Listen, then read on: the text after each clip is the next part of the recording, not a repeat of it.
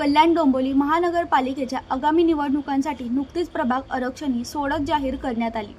122 नगरसेवकांसाठी 31 प्रभागाची रचना करण्यात आली आहे। मात्र 11 नोव्हेंबर रोजी झालेल्या आरक्षण सोडतीवर गंभीर आक्षेप घेत शिंदे शिवसेनेचे कल्याण पश्चिम शहर प्रमुख रवी पाटील यांनी मुंबई उच्च न्यायालयात याचिका दाखल केली आहे।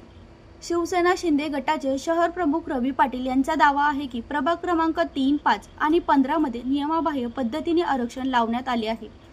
काही प्रभागांमध्ये एससी, एसटी आणि ओबीसी असे तिन्ही आरक्षण एकाच वेळी टाकण्यात आले असून ही प्रक्रिया जनसंख्येनुसार नसल्याचा आरोप त्यांनी केला आहे। तसेच आमच्या निवडणुकीला विरोध नाही, मात्र नगर विकास विभागाने काढलेल्या GR-नुसार जी प्रक्रिया अपेक्षित होती ती राबवली गेलेली नाही। समान संधीचा दावा करणारा निवडणूक आयोग एका बाजूला तर दुसऱ्या बाजूला पुरुष आणि महिला उमेदवारांवर अन्याय होत आहे। एसटी, एससी आणि ओबीसी आरक्षण ठरवताना नियमांमध्ये विसंगती आहे।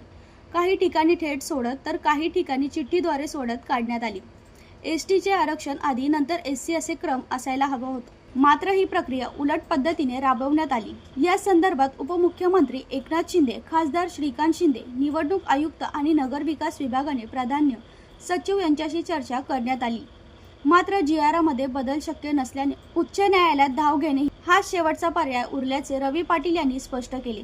विशेष बाब म्हणजे प्रभाग क्रमांक 5 हा रवी पाटील आणि त्यांचे पुत्र अनिरुद्ध पाटील यांचा पारंपरिक राजकीय प्रभाग असलेला प्रभाग मानला जातो। मात्र नव्या आरक्षणामुळे हा प्रभाग एससी, एसटी, ओबीसी महिला आणि जनरल महिला असा घोषित झाल्याने तीव्र नाराजगी व्यक्त करण्यात येत आहे। रवी पाटील यांचा दावा आहे की फक्त 3 प्रभागांचा प्रश्न असून जर दुरुस्ती केली तर एका दिवसात प्रश्न सुटू शकतो। आठवड्याभरात निवडणुका जाहीर होण्याची शक्यता असल्याने हा दावा अत्यंत निर्णायक ठरणार आहे। सध्या या याचिकेवर सोमवारी किंवा मंगळवारी मुंबई उच्च न्यायालयात सुनावणी होणार असून त्याकडे संपूर्ण राजकीय वर्तुळाचे लक्ष लागले आहे। आमचा विरोध असा आहे की जे नगर विकास खात्याने जो GR काढला आहे त्या GR-मध्ये त्यांनी जी काही प्रक्रिया राबवली त्या प्रक्रियेला विरोध आहे। मुळातच समान तुम्ही एका बाजूला म्हणताय आणि एका बाजूला आमच्यावर अन्याय करताय। पुरुषावर अन्याय झाला आहे, SC STच्या महिलेवर अन्याय झाला आहे, SC STच्या पुरुषावर अन्याय झाला आहे। या सगळ्या गोष्टी सुधारणा झाल्या पाहिजेत। याच्यासाठी हायकोर्टामध्ये आम्ही ही याचिका दाखल केलेली आहे। कदाचित सोमवार मंगळवारी याच्यावर सुनावणी होण्याची शक्यता आहे।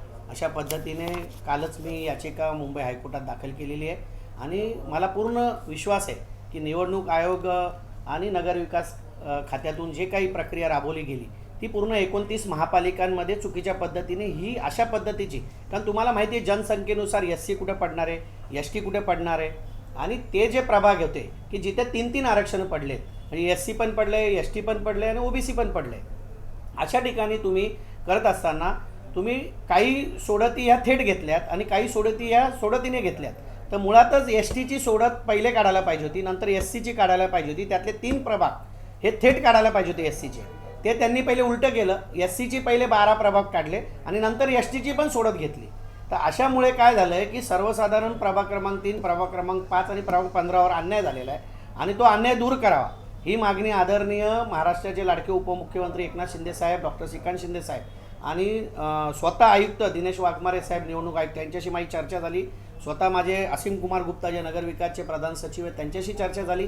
त्यांनाही हा विषय मनोमन पटलेला आहे, परंतु आता GR बदलण्यासाठी त्यांच्याकडे आम्हाला हायकोर्टात जाण्याशिवाय पर्याय नव्हता, म्हणून आम्ही हायकोर्टात धाव घेतलेली आहे। आणि मला पूर्ण विश्वास आहे की हे सर्वच खाते आणि कुठल्याही याच्यामध्ये निवडणुकीवर परिणाम होणार नाही, कारण हा 3च वार्डाचा विषय आहे।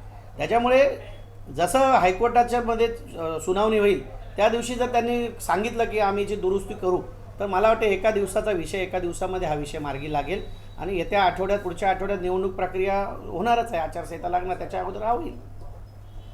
ब्युरो रिपोर्ट, जनशक्ती, कल्याण।